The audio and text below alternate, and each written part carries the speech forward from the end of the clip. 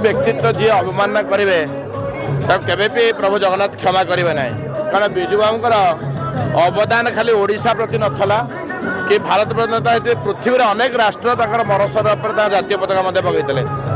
विजु बाबू आज ओडिशा को परिचय सृष्टि करशा को लेकिन भारत वर्षर जिते राज्य भितर आज देखते ओडिशा गोटे अग्रगति राज्य है पूरा प्रस्फुटित राज्य है आज विजु बाबू स्वप्न को आज नवीन बाबू साकार कर तेणुक विजु बाबू दशंधि धरी आज 5 तारिख तक जन्मदिवस पंचायत दिवस हुए ताकू आम चंचकतार सह ताकू जदि एत राजनैतिक उद्देश्य रखी एवं एथेर भयभीत हो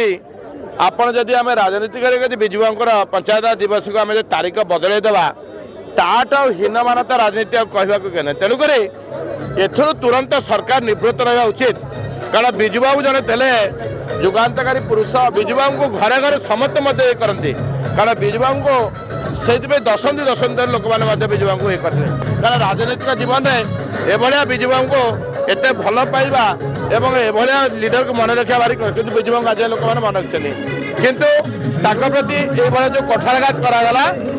केवे भी क्षमा दिया नहीं एवं तुरंत यही पंचायत दिवस जो विजु बाबू मार्च 5 तारिख तुरंत करा क्षमा प्रार्थना मागतु।